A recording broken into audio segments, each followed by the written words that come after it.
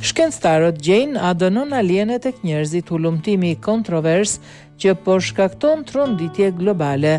Një studim i ri pohon se alienët kanë infiltruar gjenomin njerëzor duke modifikuar ADN-n e miliona njerëzve. Studiuesi kryesor flet për hibridizim alien dhe transformimin e njerëzimit. Teoria se alienët janë midis nesh dhe po merr një dimension të ri.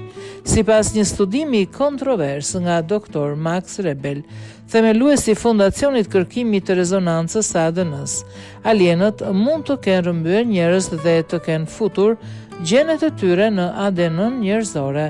Njerëzimi mund të jetë në një fazë të transformimit gjenetik, tha studiuesi për Daily Mail, duke sqaruar se gjetjet nuk janë vlerësuar ende shkencërisht. Gjenet njerëzore nuk u përkasin njerëzve. Rebel analizoi mostrat e ADN-ve nga projekti 1000 gjenome, duke hetuar 581 familje. Identifikoi 11 raste kur sekuencat e mëdha të ADN-s nuk përputheshin me asnjë prind, duke përfshirë 348 variante gjenetike jo prindërore. Megjithse individët kishin lindur para viteve 1990, ai përjashtoi mundësinë e redaktimit të gjeneve njerëzore, siç është CRISPR, i cili u zhvillua në vitin 2013. Në të njëjtën kohë ai studioi rezultatet e njerëzve që pretendojnë se janë rrëmbyer nga alienët dhe gjeti shenja të ngjashme të gjurmëve gjenetike aliene.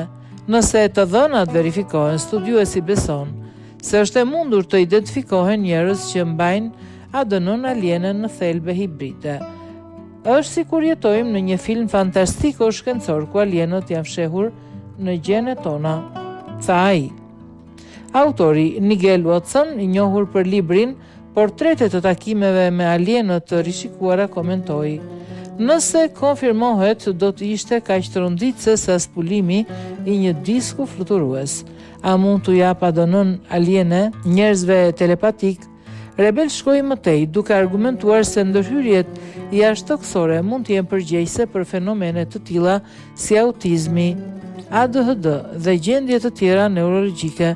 Megjithëse ai pranoi se kjo ishte thjesht një ide spekulative, ai madje shtoi se këto mutacione gjenetike mund të kenë dhënë disa njerëzve aftësi telepatike ose intuit të shtuar, duke krahasuar këtë ide me fuqinë e Ellen Ripley,